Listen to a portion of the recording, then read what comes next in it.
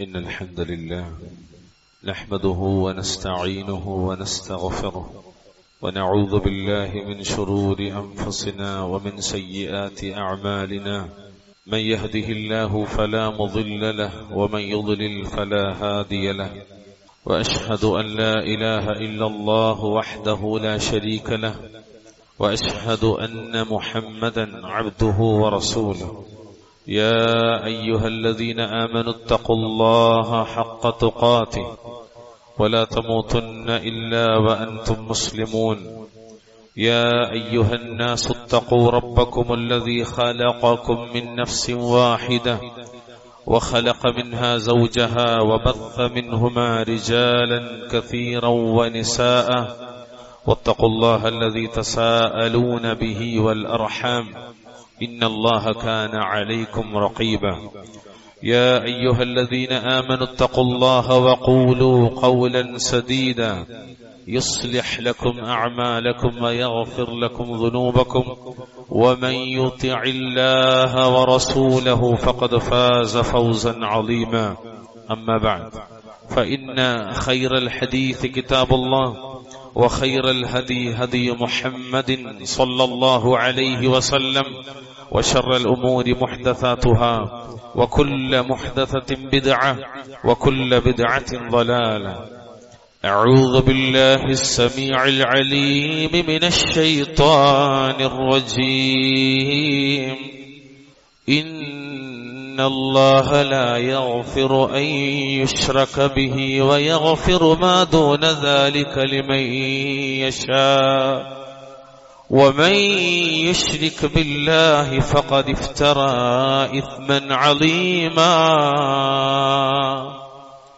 اتقوا الله عباد الله أوصيكم وإياي بتقوى الله. ബഹുമാന്യരായ സത്യവിശ്വാസികളെ, സഹോദരി സഹോദരന്മാരെ, ജീവിതത്തിലുടനീളം അള്ളാഹുവിനെ സൂക്ഷിച്ചുകൊണ്ട് ജീവിക്കാൻ ശ്രദ്ധിക്കണമേ എന്ന് ഓർമ്മപ്പെടുത്തുകയാണ്, വസിയ്യത്ത് ചെയ്യുക. റഹ്മാനായ റബ്ബുൽ ഇസ്സത്ത് നാം ഓരോരുത്തർക്കും അതിന് തൗഫീഖ് നൽകുമാറാവട്ടെ. പ്രിയമുള്ളവരെ, ഖുതുബയിൽ നമ്മൾ സൂചിപ്പിച്ചതുപോലെ പ്രമാണങ്ങൾ കൊണ്ട്, നുസൂസുകൾ കൊണ്ട് സ്ഥിരപ്പെട്ട ഒരു യാഥാർത്ഥ്യമാണ് നാളെ നമ്മൾ പോയി കിടക്കുന്ന ഖബറിൽ, ബർസഖിൽ രക്ഷയും ശിക്ഷയും ഉണ്ട് എന്നത്. കഴിഞ്ഞ ഖുതുബയിൽ നമ്മൾ സൂചിപ്പിച്ചിരുന്നു രക്ഷയാകുന്ന കാര്യങ്ങളെ സംബന്ധിച്ച്. ഖബർ ശിക്ഷയിൽ നിന്ന് രക്ഷ ലഭിക്കാനുള്ള മാർഗങ്ങളെ കുറിച്ചും അള്ളാഹുവിന്റെ ദീനുൽ ഇസ്ലാം നമ്മെ പഠിപ്പിക്കുന്നുണ്ട്. ഖബറിൽ രക്ഷയുള്ളതുപോലെ തന്നെ ബർസഖിന്റെ ലോകത്ത് ശിക്ഷ ലഭിക്കുന്ന ഒരുപാട് കാര്യങ്ങളുണ്ട്. അതെല്ലാം നമ്മൾ അറിയുകയും അതിൽ നിന്നെല്ലാം നിർബന്ധ ബുദ്ധിയ നമ്മൾ മാറി നിൽക്കുകയും ചെയ്യുക എന്നതാണ് മരിക്കുന്നതിന് മുമ്പ് നമ്മൾ ശ്രദ്ധിക്കേണ്ട ഏറ്റവും പ്രധാനപ്പെട്ട വിഷയം. പ്രിയമുള്ളവരെ, ഖബറിൽ അല്ലെങ്കിൽ ബർസഖിൽ ശിക്ഷിക്കപ്പെടാൻ കാരണമായ പാപങ്ങളെ സംബന്ധിച്ച് നസ്സുകൾ, പ്രമാണങ്ങൾ നമ്മെ പഠിപ്പിക്കുന്നതിൽ ഏറ്റവും പ്രധാനപ്പെട്ട ഒന്ന് കുഫറും ശിർക്കുമാണ്. വിശിഷ്യ ശിർക്ക് അഥവാ അള്ളാഹുവിൽ പങ്കുചേർക്കുക എന്ന് പറയുന്ന ഒരു പാപം ചെയ്ത ഒരാൾ, അയാൾ മരിച്ച് ഖബറിലെത്തിയാൽ, ബർസഖിന്റെ ലോകത്തെത്തിയാൽ അയാൾ ശിക്ഷാർഹനാണ് എന്ന് അള്ളാഹുവിന്റെ റസൂൽ സല്ലല്ലാഹു അലൈഹി വസല്ലം. അള്ളാഹുവിന് തുല്യനായി ഒരാളെ നിശ്ചയിക്കുന്നതിനാണ് ശിർക്ക് എന്ന് പറയുക വളരെ ലളിതമായ ഭാഷയിൽ. അഥവാ അള്ളാഹുവിന് മാത്രം പ്രത്യേകമായിട്ടുള്ള കാര്യങ്ങളിൽ അള്ളാഹ്ക്ക് പങ്കാളികളെ നിശ്ചയിക്കലാണ് ശിർക്ക്. ഒരു ഇസ്ലാമികമായ നസ്സുകളുടെ ഭാഷയിൽ പറഞ്ഞാൽ ഉലൂഹിയത്തിലും റുബൂബിയത്തിലും അസ്മാഇ വസിഫാത്തിലും. ഒന്നും കൂടി വ്യക്താക്കിയാൽ ഇബാദത്തുകളിലും ഇബാദത്തിന്റെ ഇനങ്ങളിൽ ഏതെങ്കിലും ഒന്നിൽ അള്ളാഹു അല്ലാത്തവർക്ക് നൽകിയാൽ ദുആ പോലെ, നേർച്ച പോലെ, ബലി പോലെ, സത്യം ചെയ്യൽ പോലെ അള്ളാഹുവിന് മാത്രം സമർപ്പിക്കേണ്ട ഒന്ന് അള്ളാഹു അല്ലാത്ത ഒരാൾക്ക് നൽകിയാൽ അത് ശിർക്കായി തീർന്നു, അയാൾ നഷ്ടക്കാരനായി തീർന്നു. അല്ലാഹുൽ മുസ്തആൻ. അല്ലാഹു തആല കാക്കുമാറാകട്ടെ. വിശുദ്ധ ഖുർആൻ നമ്മൾ പരിശോധിച്ചാൽ വിശുദ്ധ ഖുർആനിലെ ഏറ്റവും ഗൗരവമേറിയ കൽപ്പന അത് തൗഹീദിനെ സംബന്ധിച്ചാൽ, വിശുദ്ധ ഖുർആനിലെ ഏറ്റവും ഗൗരവമേറിയ താക്കീത് അത് ശിർക്കിന്റെ വിഷയത്തിലാണ്. ഇത് രണ്ടും ഒരൊറ്റ ആയത്തിൽ അല്ലാഹു പറഞ്ഞു. ഏറ്റവും മഹത്തായ ഉപദേശവും ഏറ്റവും ശക്തമായ താക്കീതും. വിശുദ്ധ ഖുർആനിലെ 4-ാമത്തെ അധ്യായം സൂറത്ത് നിസാ 36-ാമത്തെ ആയത്തിൽ അല്ലാഹു പറഞ്ഞ വാക്കെന്നറിയോ? വഅബ്ദുല്ലാഹ വലാ തുശ്രികൂ ബിഹി ശൈആ. നിങ്ങൾ അല്ലാഹുവിനെ ഇബാദത്ത് ചെയ്യുക, അവനിൽ യാതൊന്നും പങ്കു ചേർക്കാതിരിക്കുക. ഒന്നാമത്തെ കാര്യം ഇബാദത്തുല്ലാഹി വഹ്ദഹു ലാ ശരീക ലഹു. രണ്ട് കാര്യം അതിനകത്ത് കൃത്യമായിട്ട്. ഒന്ന് തൗഹീദ്, രണ്ട് നേരെ അതിന്റെ ളിദ് എതിരായത് എന്ത്? ശിർക്ക് വെക്കരുത് എന്ന്. അതായത് ചില തഫ്സീറുകൾ കാണാം എപ്രകാരം അറിയോ? ജീവനുള്ളതും മരിച്ചതും നിർജീവമായതും സജീവവും എന്നൊന്നും വ്യത്യാസമില്ലാതെ അവനിൽ ഒന്നിനെയും പങ്കു ചേർക്കരുത്. വലുതോ ചെറുതുമായ വ്യക്തവും മറഞ്ഞിരിക്കുന്നതുമായ ഒരു ശിർക്കും ജീവിതത്തിലേക്ക് കടന്നു വരരുത്. അള്ളാഹു സഹായിക്കുമാറാകട്ടെ. കാരണം അള്ളാഹുവിനുള്ള വിശ്വാസം അഥവാ തൗഹീദ്, ഈമാൻ ഏറ്റവും വലിയ കൽപ്പനയാണ്.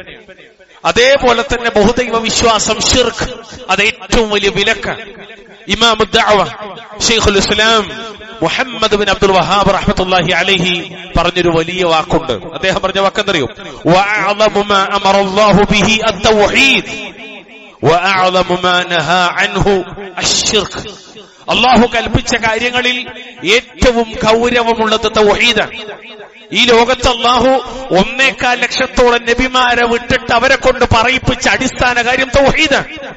അതേപോലെ തന്നെ അല്ലാഹു വിലക്കിയ തിന്മകളിൽ, കാര്യങ്ങളിൽ ഏറ്റവും ഗൗരവമേറിയത് ശിർക്കാണ്. അല്ലാഹു തആല തൗഹീദ് കൊണ്ട് അനുഗ്രഹിക്കുകയും ശിർക്കിൽ നിന്ന് രക്ഷപ്പെടുത്തുകയും ചെയ്യുമാറാകട്ടെ. ശിർക്ക് ചെയ്താൽ ഉണ്ടാകുന്ന അപകടങ്ങൾ വലുതാണ്. അക്കൂട്ടത്തിൽ ഒന്നാണ് നമ്മുടെ വിഷയവും. അതിലേറ്റവും പ്രധാനപ്പെട്ട ഒന്നെന്തറിയോ? ഈ ദുനിയാവിൽ നമ്മൾ ചെയ്ത അമലുകൾ മുഴുവനും പൊളിഞ്ഞു പോകുമെന്നതാണ്. അല്ലാഹു പറഞ്ഞു, വലൗ അശ്റകൂ ലഹബിത അൻഹും മാ കാനൂ യഅമലൂൻ. വിശുദ്ധ ഖുർആനിൽ 6-ാം അധ്യായം സൂറത്ത് അൻആം 88-ാമത്തെ ആയത്ത്. അവർ അല്ലാഹുവോട് പങ്കു ചേർത്തിരുന്നുവെങ്കിൽ അവർ പ്രവർത്തിച്ചിരുന്നതെല്ലാം അവരെ സംബന്ധിച്ചിടത്തോളം നിഷ്ഫലമായി പോകുമായിരുന്നു. അഥവാ ദുആയായി, സഹായാർത്ഥനയായി, തേട്ടങ്ങളായി, നേർച്ചകളായി, വഴിപാടുകളായി, അള്ളാഹുവിന് മാത്രം, അള്ളാഹിനോട് മാത്രം എന്നതിൽ എന്തെങ്കിലും ഒന്ന് റബ്ബല്ലാത്ത ശക്തിക്ക്, വ്യക്തിക്ക് നൽകിയാൽ, വസ്തുക്കൾക്ക് നൽകിയാൽ, കിതാബിയായ ഭാഷയിൽ പറഞ്ഞാൽ സ്വനമിനോ വഹനോ രണ്ടിലൊന്നിനും നൽകിയാൽ അത് ശിർക്കായി തീർന്നു. അത് അവന്റെ അമലുകൾ മുഴുവനും ബാത്തിലാക്കുന്ന പ്രവർത്തനമാണ്. അതിലെ വളരെ ഗൗരവത്തോടുകൂടി നമ്മൾ മനസ്സിലാക്കേണ്ട ഒരു കാര്യം, ശിർക്ക് എന്ന് പറഞ്ഞാൽ വേറെ ഏത് തിന്മയും അല്ലാഹു തആല പുറത്തു കൊടുക്കും അവനുദ്ദേശിക്കുന്നവർക്ക്. മഹാനായ ശൈഖുൽ ഇസ്ലാം ഇബ്നു തൈമിയ്യ റഹ്മഹുല്ലാഹി അൽ ഹറാനി അവിടുന്ന് അദ്ദേഹത്തിന്റെ ഒരു വലിയ ഗ്രന്ഥത്തിന്റെ ഒരു ഭാഗത്ത് ചെറിയ ഒരു വിവരണം നൽകുന്നുണ്ട്. അല്ലാഹു സുബ്ഹാനഹു വ തആല മനുഷ്യർക്ക് അവരുടെ പാപങ്ങൾ പുറത്തു കൊടുക്കുന്ന 10ഓളം കാര്യങ്ങൾ. അതിലും ആദ്യത്തെ 3 കാര്യങ്ങൾ നാം ഓരോരുത്തരും നിർവഹിക്കേണ്ടതാണ്. രണ്ടാമത്തെ 3 കാര്യങ്ങൾ മറ്റുള്ളവരിൽ നമുക്ക് ലഭിക്കുന്നതാണ്. പിന്നെ അദ്ദേഹം പറഞ്ഞ 4 കാര്യങ്ങൾ അത് അല്ലാഹുവിന്റെ മഹത്തായ ഫള് കൊണ്ട് ഒരു മനുഷ്യർക്ക് ലഭിക്കുന്നതാണ്. അങ്ങനെ 10 കാര്യങ്ങൾ ഇൻഷാ അല്ലാഹ് ബിദിനില്ലാ നമുക്കതൊരു ഖുത്ബയിൽ പിന്നീട് വിശദീകരിക്കാം. അവിടെ ഏറ്റവും പ്രധാനപ്പെട്ട ഒരു വിഷയം എന്താ വെച്ചാൽ, എല്ലാ തിന്മയും അല്ലാഹ് പുറത്തുതരും. ശിർക്ക് ഒഴിച്ചെന്ന് പറഞ്ഞാൽ തൗബ കൊണ്ട് മാത്രം പൊറുക്കപ്പെടുന്ന ഒരു തിന്മയാണ് ശിർക്ക് എന്ന് പറയുന്നത്. നമുക്ക് അറിയേണ്ട ഒരു ആയത്താണ്. എന്തായത്ത്? അല്ലാഹ് പറഞ്ഞു, ഇന്നല്ലാഹ ലാ യഗ്ഫിറു അൻ യുശ്റക ബിഹി വയഗ്ഫിറു മാ ദൂന ദാലിക ലിമൻ യശാ വമൻ യുശ്രിക് ബില്ലാഹി ഫഖദ് ഇഫ്തറാ ഇസ്മൻ അളീമാ. അല്ലാഹ് പറഞ്ഞെന്താ? അവനോട് പങ്കു ചേർക്കപ്പെടുന്നത് അല്ലാഹു ഒരിക്കലും പൊറുക്കൂല. അതൊഴിച്ചുള്ളതെല്ലാം, ബാക്കി തിന്മകളെല്ലാം അവനുദ്ദേശിക്കുന്നവർക്ക് അവൻ പുറത്തു കൊടുക്കുന്നതാണ്. ആര് അള്ളാഹുവോട് ശിർക്ക് വെച്ചുവോ അവൻ തീർച്ചയായും ഗുരുതരമായ ഒരു കുറ്റകൃത്യമാണ് ചമച്ചുണ്ടാക്കിയിരിക്കുന്നത് എന്ന് വിശുദ്ധ ഖുർആൻ 4-ാം അധ്യായം സൂറത്തു നിസാ 48-ാമത്തെ ആയത്തിൽ അല്ലാഹു പറഞ്ഞു. 3-ാമത്തെ കാര്യം എന്തറിയോ? സ്വർഗം ഹറാമാണ്, നരകം അവന്റെ വാസസ്ഥലമാകും. അതാണ് ഇന്നഹു മൻ യുശ്രിക് ബില്ലാഹ് ഫഖദ് ഹറമല്ലാഹു അലൈഹിൽ ജന്ന വമഅവാഹുൻ നാർ.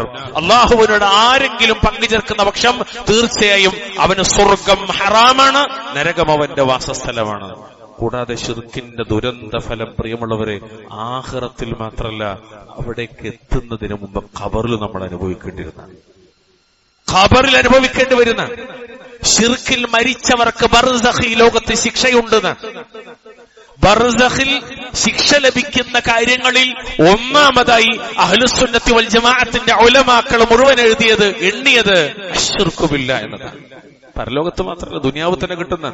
നമ്മൾ കഴിഞ്ഞ 1-2 ഖുതുബകൾക്ക് മുമ്പ് സൂചിപ്പിച്ച ഒരു ഹദീസിൽ റസൂലുള്ളാഹി സ്വല്ലല്ലാഹു അലൈഹി വസല്ലം ബനൂ നജ്ജാർ എന്ന് പറഞ്ഞ ഒരു ഗോത്രക്കാരുടെ തോട്ടത്തിൽ നബി പ്രവേശിച്ച ഒരു സംഭവം ഉണ്ടായി.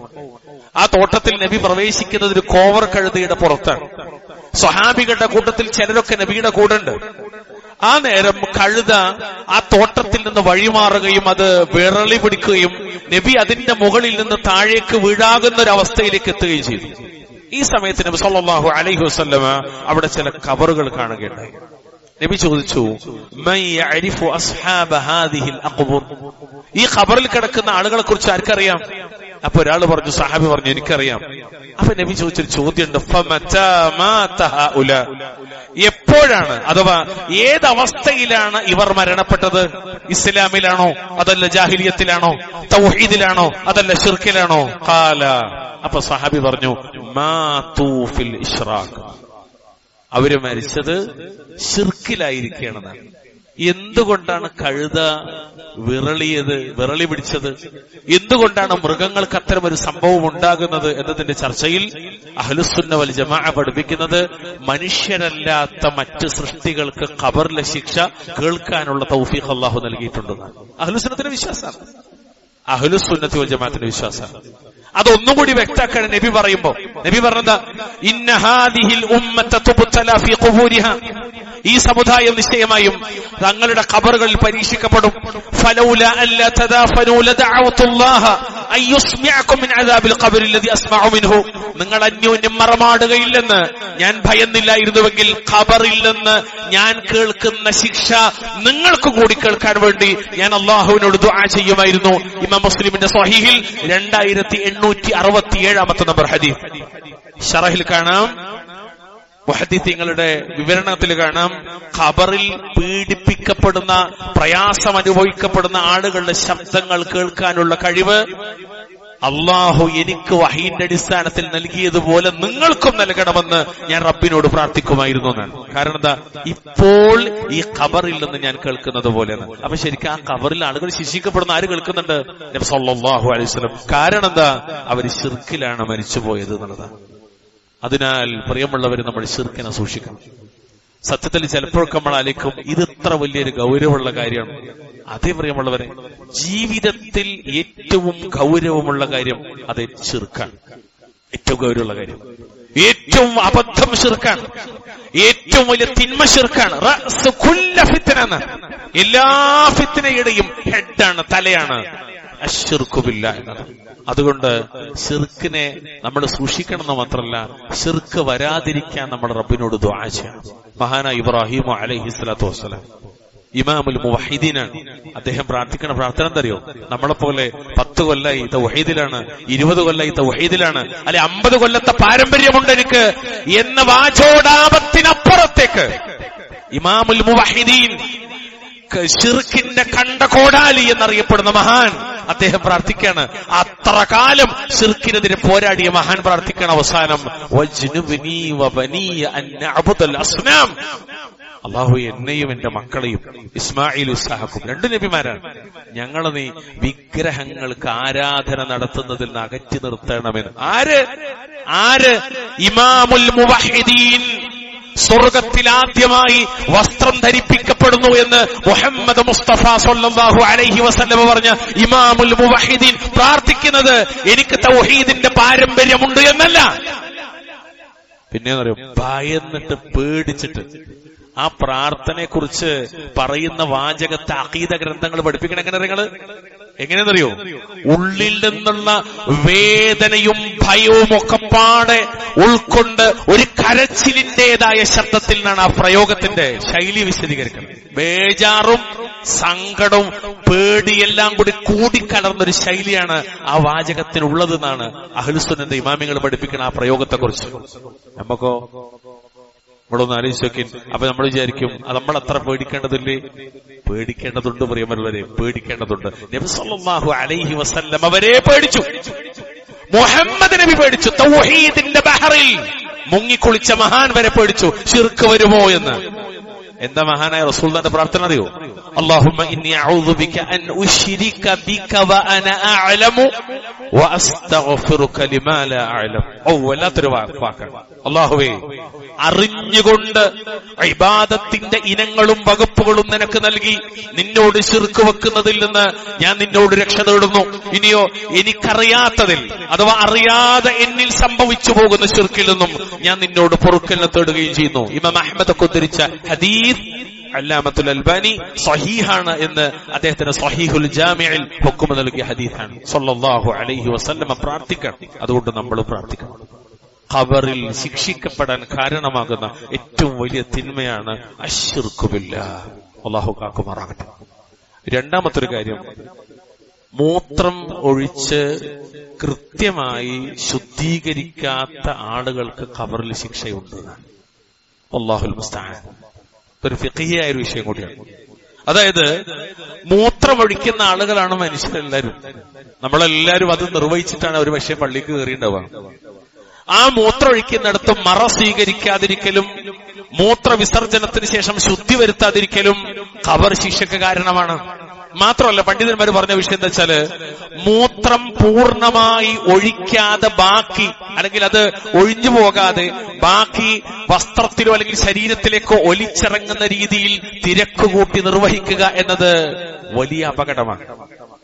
മൂത്രമൊഴിക്കുന്ന സ്ഥലത്തുനിന്ന് തിരിച്ച് തെറിക്കുന്നതിൽ നിന്ന്, ഇങ്ങോട്ട് തെറിക്കുന്നതിൽ നിന്ന് മറ സ്വീകരിക്കാതിരിക്കലും അപകടമാണ്.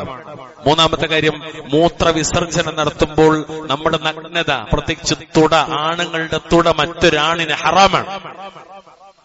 അത് മറ്റുള്ളവർ കാണുന്നതിൽ നിന്ന് മറ സ്വീകരിക്കാതിരിക്കലും മുഅ്മിനീങ്ങൾ സൂക്ഷിക്കേണ്ട വലിയ കുറ്റകരമായ കാര്യങ്ങളാണ്. ചില ആൾക്കാരൊക്കെ കണ്ട് തുണിയൊക്കെ കണ്ട് മാടി കുത്തി മടക്കിയിട്ട് ഇരുത്താണ്. അപ്പൊ എന്റെ തൊട മൊത്തം പുറത്താണ്. കേറി വരുന്ന ആളുകളൊക്കെ കാണും. പാടില്ല, പാടില്ല. നമ്മുടെ തൊട ഔറത്താണ്. ബാപ്പാന്റെ തൊട മോന് കാണാൻ പാടില്ല, മോന്റെ തൊട ബാപ്പ കാണാൻ പാടില്ല.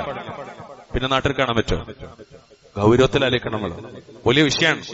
മൂത്രത്തിന്റെ വിഷയത്തിൽ ഖബറിൽ ശിക്ഷയുണ്ട് എന്ന ഹദീസുകൾ എത്രയെന്നറിയോ? സല്ലല്ലാഹു അലൈഹി വസല്ലം തങ്ങൾ പറയാണ്. ഇമാം ബുഖാരിയുടെ സ്വഹീഹിൽ 218 നമ്പറായി നബി സല്ലല്ലാഹു അലൈഹി വസല്ലം 2 ഖബറുകൾക്കരികിലൂടെ നടന്നു. ഫഖാല, എന്നിട്ട് നബി പറഞ്ഞു, ഇന്നഹുമാ ലയുഅദ്ദബാൻ, ഈ 2 ഖബറിലുള്ളവരും ശിക്ഷിക്കപ്പെടുന്നുണ്ട്. വമാ യുഅദ്ദബാനി ഫീ കബീരിൻ, എന്നാൽ ഒരു വലിയ കാര്യത്തിനൊന്നല്ല, വലിയ തിന്മകൾക്കൊന്നല്ല അവർ ശിക്ഷിക്കപ്പെടുന്നത്, അല്ലെങ്കിൽ വലിയൊരു കാര്യത്തിനല്ല. പിന്നെയോ അമ്മ അഹദുഹുമാ, അതിൽ ഒന്നാമത്തെ, രണ്ടാമത് ഇൻഷാ അല്ലാഹ് നമ്മൾ പിന്നെ പറയും. അമ്മ അഹദുഹുമാ, അതിൽ ഒരാൾ ആരെന്നറിയോ?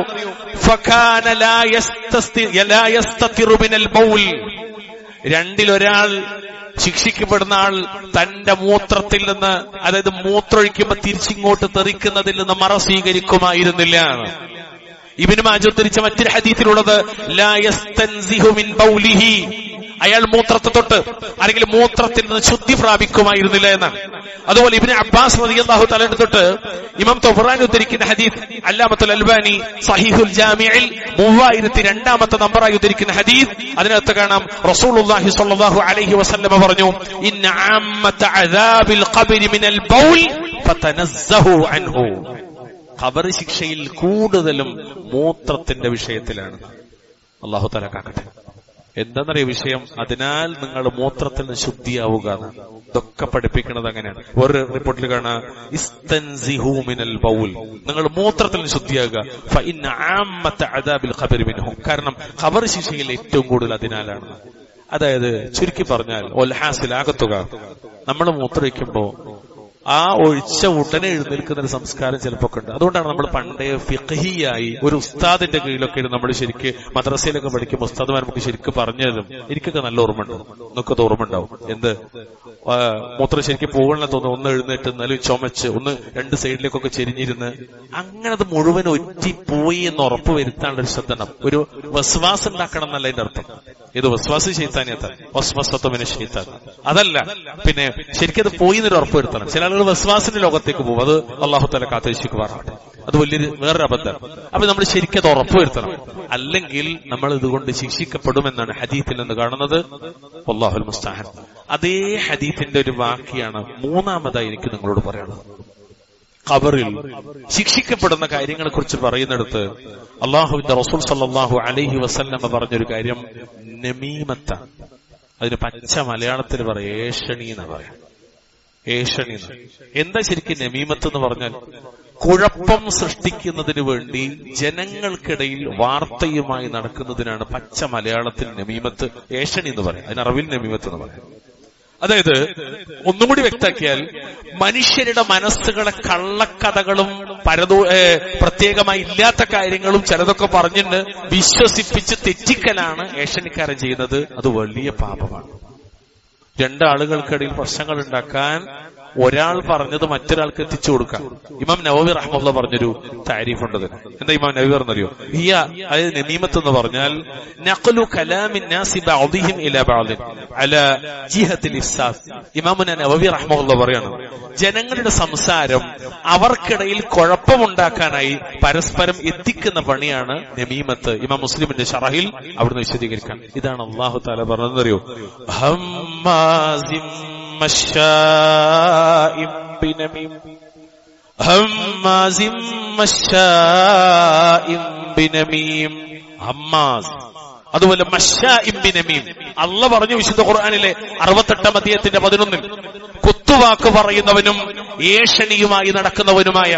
ഇവിടെ മശാഇം ബിനമീം എന്ന് പറഞ്ഞാൽ അതായത് ഇമാം ബഗവിക്ക് കൊടുക്കാണ് യംശി ബൈനൻ നാസി ബിൻ നമീമ. അവൻ നമീമത്ത് കൊണ്ട് ജനങ്ങൾക്കിടയിലൂടെ ചുറ്റി നടക്കുന്ന ഏഷണിയുമായിട്ട്. അതാണ് അബ്ദുല്ലാഹി ഇബ്നു മസ്ഊദ് റളിയല്ലാഹു തആല പറഞ്ഞത്. റസൂലുള്ളാഹി സ്വല്ലല്ലാഹു അലൈഹി വസല്ലം പറഞ്ഞു, അലാ ഉനബ്ബിഉകും അൽ അദ്ഹു.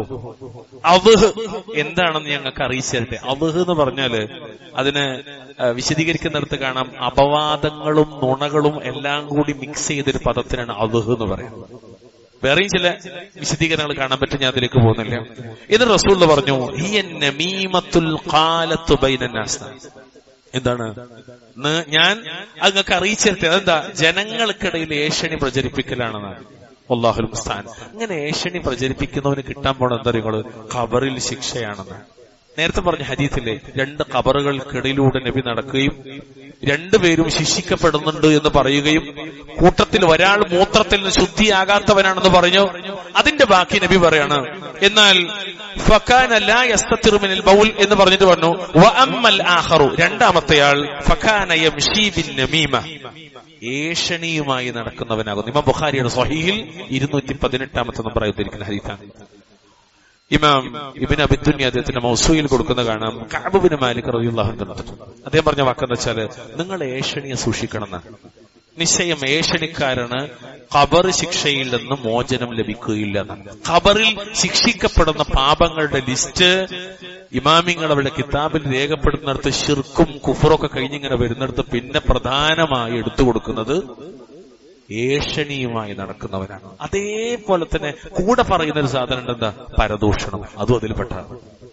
ഏഷണിയും പരദൂഷണവും രണ്ടും ഖബറിൽ ശിക്ഷയുള്ള കാര്യമാണ്. ഇതും അതേ വിഷയമാണ്. 2 ഖബറുകൾക്ക് ഇടയിലൂടെ നബി കടന്നു പോകുന്ന ഒരു സാഹചര്യമുണ്ടായി. ഈ 2 പേര് ശിക്ഷിക്കപ്പെടുന്നു. ഏതെങ്കിലും കുറ്റത്തിനല്ല. ഒരാൾ ശിക്ഷിക്കപ്പെടുന്നത് മൂത്രത്തിൽ നിന്ന് ശുദ്ധിയാകാത്തതിനാലും, രണ്ടാമത്തവർ ശിക്ഷിക്കപ്പെടുന്നത് വഅമ്മൽ ആഖറു ഫയുഅദ്ദബു ഫിൽ ഗൈബ, ഒയ്ബത്തിന്റെ കാര്യത്തിലാണ്. ഒയ്ബത്തിന് പച്ച മലയാളത്തിൽ നമ്മൾ പറയാം പരദൂഷണം എന്നാണ്. ഈ ഹദീസിന് ഹസനായ ഹുക്കുമാണ് അല്ലാമത്തുൽ അൽബാനി റഹ്മഹുല്ലാഹ് നൽകിയിട്ടുള്ളത്. റബ്ബ് പറഞ്ഞതാണ്, വലാ യഗ്തബ് ബഅ്ദുഹും ബഅ്ദാ വലാ യഗ്തബ് ബഅ്ദുകും ബഅ്ദാ. 49 അധ്യായം സൂറത്ത് ഹുജറാത്ത് 12 ആയത്ത്. നിങ്ങളിൽ ചിലരുടെ അഭാവത്തിൽ, ചിലരെ പറ്റി അവരുടെ അഭാവത്തിൽ ദുഷിച്ച് പറയരുത്, ഗൈബത്ത് പറയരുത്. അല്ലാഹു പച്ചയായി ഖുർആനിലൂടെ പറഞ്ഞു. ഏഷണി പറയരുത് എന്ന് പറഞ്ഞ പോലെ തന്നെ ഗൈബത്ത് നടത്തരുത്, നമീമത്ത് പോലെ തന്നെ ഗൈബത്ത് നടത്തരുത്. ഈ ആയത്തിനൊക്കെ വിവരിക്കുന്നിടത്ത് കാണാം, ജാമിഉൽ അഹ്കാമിൽ ഖുർആനിൽ അല്ലാമ ഇമാം ഖുർതുബി റഹ്മത്തുള്ളാഹി അലൈഹി അഹ്കാമുകളെ വിവരിക്കുന്നിടത്ത് കാണാം. അദ്ദേഹം പറയാണ്, ലാ ഖിലാഫ അന്നൽ ഗൈബത മിനൽ കബായിർ. ഗൈബത്ത്, പരദൂഷണം എന്ന് പറഞ്ഞാൽ അത് വൻ പാപങ്ങളിൽ പെട്ടതാണെന്നതിൽ യാതൊരു തർക്കവുമില്ല. وأن من اغتاب أحدا عليه أن يتوب إلى الله عز وجل. ആരെങ്കിലും പരദൂഷണം പറഞ്ഞാൽ അവൻ അള്ളാഹുവിങ്കിലേക്ക് ഖേദിച്ച് മടങ്ങൽ തൗബ ചെയ്യൽ നിർബന്ധമാണ്, വാജിബാണെന്ന്. അപ്പൊ ശരിക്കും തൗബ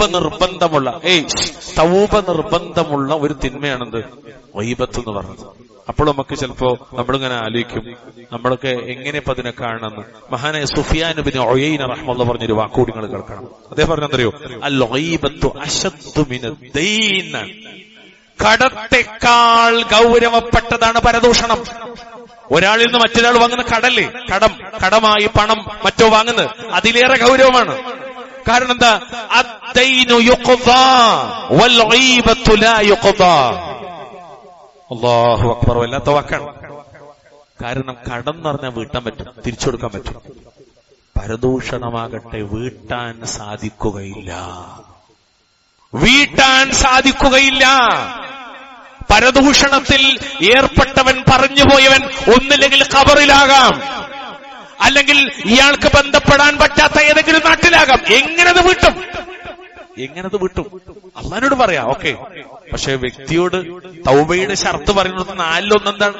വ്യക്തികളോടുള്ളത് പറഞ്ഞു തീർക്കണം, അല്ലെങ്കിൽ കൊടുത്തു വിട്ടണമെന്നാ. എങ്കിലേ തൗബയുടെ ഷർത്ത് പൂർത്തിയാവുള്ളൂ. എങ്ങനെ വിട്ടും? സുബ്ഹാനക. അതുകൊണ്ട് വളരെ ഗൗരവത്തിൽ നമ്മൾ ആലോചിക്കേണ്ട പ്രധാനപ്പെട്ട ഒരു വിഷയമാണ് ഗീബത്ത്. ഇബ്നു ജൗസി റഹ്മത്തുള്ളാഹി പറഞ്ഞൊരു വാക്കുകൂടി പറയട്ടെ, ഫകം അഫ്സദത്തുൽ ഗീബത്ത് മിൻ അഅമാലി സ്വാലിഹീൻ. ഇത് നമ്മൾ പഠിക്കേണ്ട കാര്യമാണ്. പ്രിയമുള്ളവരെ, നമ്മൾ ശരിക്കും ശ്രദ്ധിച്ചിരിക്കണം ഞാൻ പറഞ്ഞ വാക്ക്. സ്വാലിഹീങ്ങളുടെ പ്രവർത്തനങ്ങളിൽ നിന്ന് എന്തുമാത്രമാണ് ഗീബത്ത് നശിപ്പിച്ചിട്ടുള്ളത്. ഞാനും നിങ്ങളും അറിയാതെ നമ്മുടെ അമല് പലതും ഗീബത്ത് കൊണ്ടുവരുന്നു. വകം അഹ്ബതത് മിൻ ഉജൂരിൽ ആമിലീൻ, സൽക്കർമ്മങ്ങൾ പ്രവർത്തിക്കുന്നവരുടെ പ്രതിഫലങ്ങൾ എന്തുമാത്രമാണ് അത് നിഷ്ഫലമാക്കിയിട്ടുള്ളത്. വകം ജബലത്ത് മിൻ സഖ്തി റബ്ബിൽ ആലമീൻ, ലോകങ്ങളുടെ റബ്ബിന്റെ കോപം എന്തുമാത്രമാണ് ഈ ഗീബത്ത് കാരണത്താൽ നേടി തന്നിട്ടുള്ളത്. ഫൽ ഗീബത്തു ഫാകിഹത്തുൽ അർസലീൻ വസിലാഹുൽ ആജിസീൻ, നീചന്മാരുടെ ഭക്ഷ്യഫലമാണത്. ദുർബലരായ ആളുകൾക്ക് അതൊരു ആയുധമാണ്. തഖ്വയുള്ളവരുടെ നാവുകൾ പോലും ചിലപ്പോൾ ചവച്ചു തുപ്പിയേക്കാവുന്ന ഒന്നാണത്. മാന്യന്മാരുടെ കേൾവികൾ പോലും ചവച്ചിറക്കിയേക്കാവുന്ന ഒരു ഇറച്ചി കഷ്ടമാണത്. അത്ര ഗൗരവമുണ്ടോ ഗീബത്തിന്? അല്ലാഹു സുബ്ഹാനഹു വ തആല ഈ ശിക്ഷിക്കപ്പെടാൻ കാരണമാണ് എന്ന് പഠിപ്പിക്കപ്പെട്ട എല്ലാ തിന്മയെന്നും അത് ഏതാണെന്നറിയാനും അതിൽ നിന്ന് മാറി നിൽക്കാനും അല്ലാഹു നമുക്ക് തൗഫീഖ് നൽകുമാറാവട്ടെ. അഖൂലു ഖൗലി ഹാദാ വസ്തഗ്ഫിറുല്ലാഹ ലി വലക്കും വസ്തഗ്ഫിറൂഹു ഇന്നഹു ഹുവൽ ഗഫൂറുർ റഹീം. അൽഹംദുലില്ലാഹ് ഹംദൻ കതീറൻ തയ്യിബൻ മുബാറകൻ ഫീ. اللهم صل وسلم على نبينا محمد. اتقوا الله عباد الله ഉസിക്കും വഇയ്യായ ബിത്തഖ്വല്ലാഹ്. ഞാൻ എന്റെ മുന്നിരിക്കുന്ന ബഹുമാന്യരായ വ്യക്തികളോട് ഒരു ചെറിയ നസീഹത്ത് പറയാണ്. നിങ്ങളൊന്നും വിചാരിക്കരുത്. നമ്മളെപ്പോഴും അള്ളാന്റെ പള്ളിയിലേക്ക്, ഞാൻ ഇമാമി മിമ്പറിലേക്ക് കയറുന്നതിന് മുമ്പ് നിങ്ങൾ കയറി വരണം. അതാണ് ശരിക്കും ഏറ്റവും പ്രധാനം. അത് കഴിഞ്ഞാൽ ആ കവാടത്തിങ്കിൽ 2 മലക്കുകൾ ഉണ്ടാവുന്നതാണ്. അള്ളാന്റെ റസൂൽ പറയും, ഞാൻ പറഞ്ഞല്ലോ സ്വല്ലല്ലാഹു അലൈഹി വസല്ലം, അവർ ലെഡ്ജറായിട്ട് ഇരിക്കേണ്ടാവുന്നതാണ്. നബി പറയാം സ്വല്ലല്ലാഹു അലൈഹി വസല്ലം. എന്നിട്ട് ആദ്യം വരുന്ന ആൾ എഴുതിയേക്കും, ഓന് കിട്ടുന്ന കൂലി നബി പറഞ്ഞല്ലോ. ഇമാമ മിമ്പറിലേക്ക് കയറിയാൽ ഇമാമ മിമ്പറിലേക്ക് കയറിയാൽ പോലെ ലെഡ്ജർ അടച്ചു വെക്കുമെന്ന് മുഹമ്മദ് മുസ്തഫ. അപ്പൊ നമ്മൾ വിചാരിക്കണം അതൊന്നും കുഴപ്പമില്ല, അള്ളാന്റെ അടുത്തുണ്ടാവൂലേ.